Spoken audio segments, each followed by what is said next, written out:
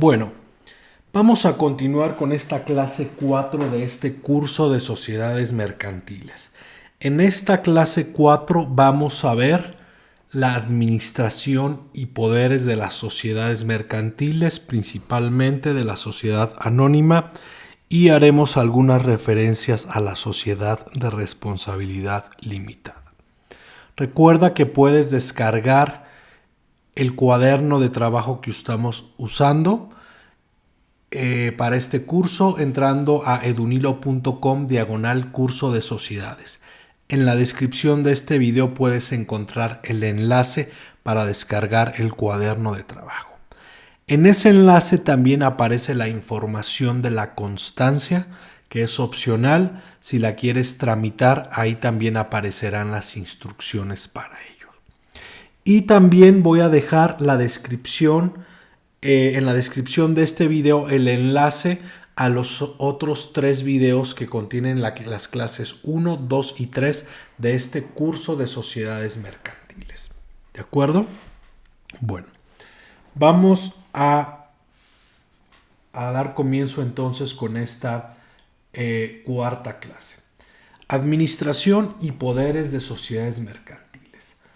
Vamos a empezar para hablar de los niveles de toma de decisiones en las sociedades mercantiles.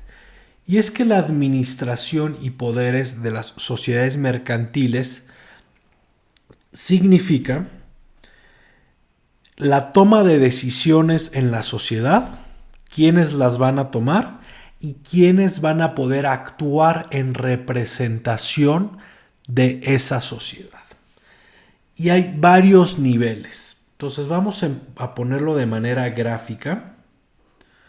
Nosotros tenemos una sociedad anónima, vamos a suponer, que va a tener sus 4 accionistas. Por ejemplo,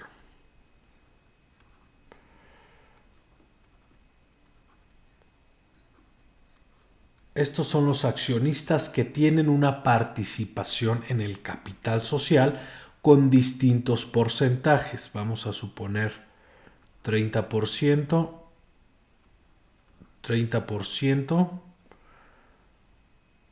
25% y 15%. Entonces, los accionistas que participan en el capital social de la sociedad es el primer nivel de decisión que hay en la sociedad. A estos señores accionistas que participan en el capital, cuando se reúnen para tomar decisiones, les vamos a llamar la asamblea de accionistas.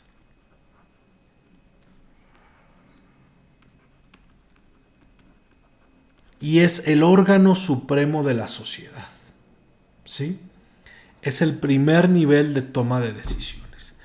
Pueden aprobarlo todo.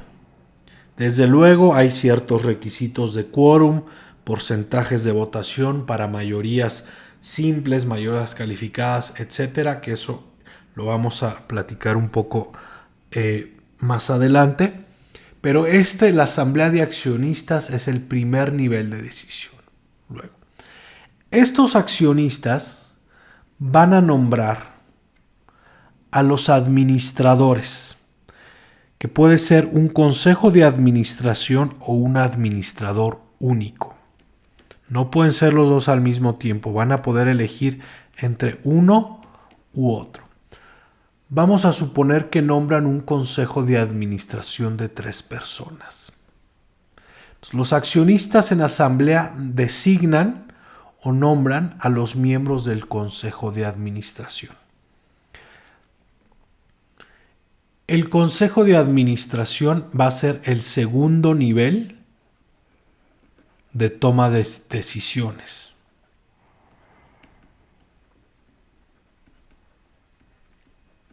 De toma de decisiones, administración de la sociedad, conducción del negocio y, más importante también, representación de la sociedad.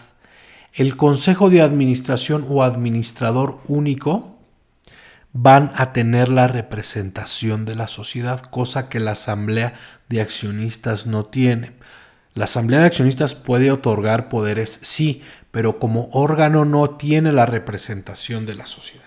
En cambio, el consejo de administración sí la tiene, o si fuera un administrador único, pues el administrador único tiene esos poderes. Ese sería el segundo nivel. Y en este segundo nivel, hablando de una sociedad anónima, los accionistas van a nombrar a un personaje que va a ser el comisario. Uno o varios comisarios. Los comisarios los nombra la asamblea de accionistas para que revisen el funcionamiento de los administradores, ¿sí? Para supervisarlos y cuidar que no hagan nada malo. Ese es en esencia el papel de los comisarios. Y por último vamos a tener a los apoderados o representantes legales. En estricto sentido, los apoderados o representantes legales no son un órgano de la sociedad. Pero en el sentido práctico, pues son las personas que pueden firmar en representación de la sociedad y obligar a la sociedad. Los apoderados pueden ser nombrados por la asamblea de accionistas, por el consejo de administración o por el administrador único, o bien por otro apoderado con facultades suficientes para ello. Entonces, esto sería a grandes rasgos los 3 niveles de toma de decisiones en una sociedad mercantil. La asamblea de accionistas como órgano supremo, la administración supervisada por los comisarios y los apoderados o representantes legales. ¿De acuerdo? La asamblea de accionistas o de socios, acuérdense, hablando de una sociedad anónima, hablamos de asamblea de accionistas, pero hablando de una sociedad de responsabilidad limitada sería una asamblea de socios. La asamblea general de accionistas es el órgano supremo de la sociedad, ¿sí? Y puede acordar y ratificar todos los actos y operaciones de la sociedad, ¿sí? Entonces es el órgano supremo, puede aprobarlo todo. Y hay 2 tipos de asamblea dependiendo de los asuntos, según nos dice la ley, o bien los estatutos sociales. Las asambleas ordinarias y las asambleas extraordinarias. Según la importancia del asunto, la ley nos va a pedir que algunos asuntos se aprueben con asamblea extraordinaria, que no es otra cosa más que decir que para que se celebre una asamblea se necesita más quórum y un porcentaje de votación más alto, ¿sí? Al tratarse de un asunto de mayor importancia. Por eso se le llama la ley asambleas extraordinarias. Este es el artículo 178 de la Ley General de Sociedades Mercantiles. Y aquí nada más me detengo para comentar el tema de las asambleas por medios electrónicos, asambleas de accionistas de sociedades anónimas, que por este artículo las asambleas llevadas por Zoom o medios electrónicos, si no tienen el 100% de votación, de acciones con derecho a voto presentes para instalar la asamblea, pueden ser consideradas nulas porque no están reunidas en el domicilio social, ¿sí? Inclusive hay una iniciativa de ley pendiente en el Congreso para reformar este artículo y permitir las asambleas por medios electrónicos o por Zoom. Tenemos un video de ese tema, lo voy a incluir también en la descripción de este video, por si quieres profundizar más en ese tema. ¿De acuerdo? Bueno. Entonces tenemos la Asamblea General de Accionistas y conforme a la ley, pues podríamos hablar principalmente de 3 tipos de asambleas generales. Asamblea ordinaria anual y asamblea extraordinaria. La asamblea extraordinaria de accionistas es la que se reúne para tratar los temas que vienen en el artículo 182 de la Ley General de Sociedades Mercantiles, o bien si hay algún otro tema previsto en estatutos sociales que necesita la aprobación de la asamblea extraordinaria. Por ejemplo, algunos ejemplos, si quieres pon pausa y ubica el artículo 182 de la Ley General de Sociedades Mercantiles.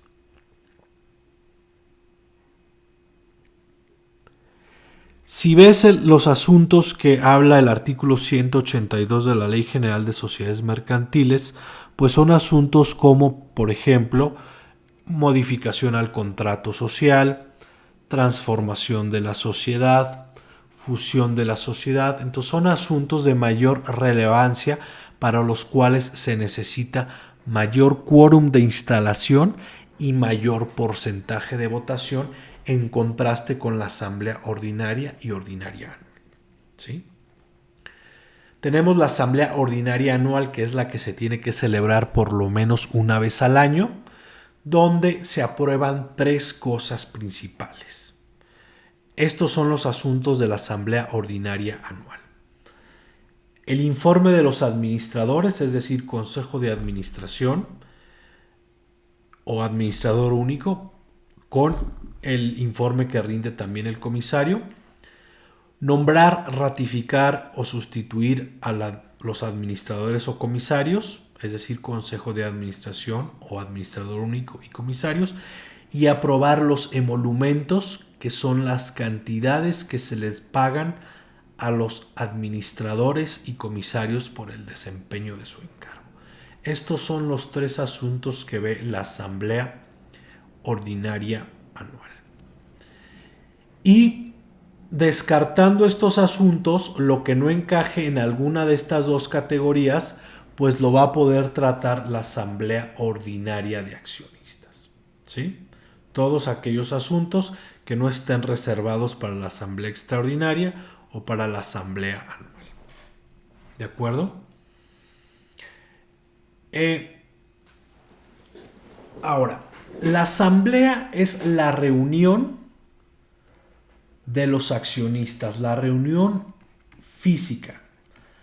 Hay varias excepciones a la reunión física, es decir, a la asamblea. Por ejemplo, cuando hablamos de una asamblea totalitaria, donde comparecen la totalidad, o bien resoluciones unánimes adoptadas fuera de asamblea por los accionistas, no va a ser necesario que se lleve a cabo la reunión física, ¿sí? Pero la asamblea, la ley supone que es una reunión física en el domicilio social de los accionistas con derecho a voto. Y de esa reunión de la asamblea se tiene que preparar un acta, ¿sí? Y las actas contienen las resoluciones que adoptan los accionistas, se tienen que anotar en el libro correspondiente, es decir, en el libro de registro de actas de asamblea, y aquellas actas que no se inscriban en el libro o bien que se traten de asambleas, de actas de asambleas extraordinarias, se tienen que protocolizar, ¿de acuerdo? E inscribir en el registro público de comercio. Esto aparece en el artículo 194 de la Ley General de Sociedades Mercantiles. ¿De acuerdo? Entonces, tenemos la asamblea, que es la reunión física de los accionistas, y de esta asamblea se tiene que preparar un acta. ¿Sí? El acta se tiene que inscribir en el libro de registro de actas de asamblea, y si no, se va a tener que protocolizar. Y si esta asamblea fue extraordinaria, también se va a tener que protocolizar. ¿De acuerdo? La administración de la sociedad es decidida por la asamblea de accionistas Y tenemos varias opciones. Por ejemplo, en la sociedad anónima podemos tener un administrador único, que es una sola persona, o un consejo de administración. En la SAPI únicamente podemos tener un consejo de administración.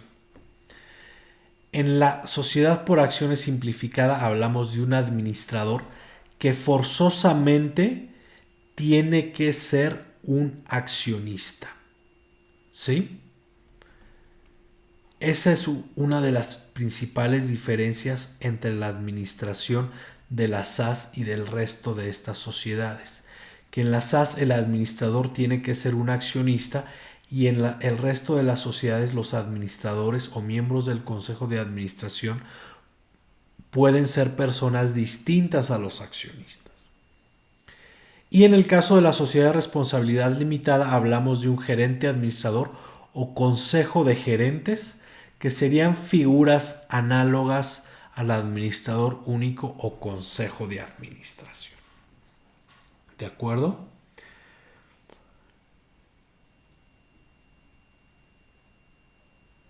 Los administradores tienen la representación de la sociedad.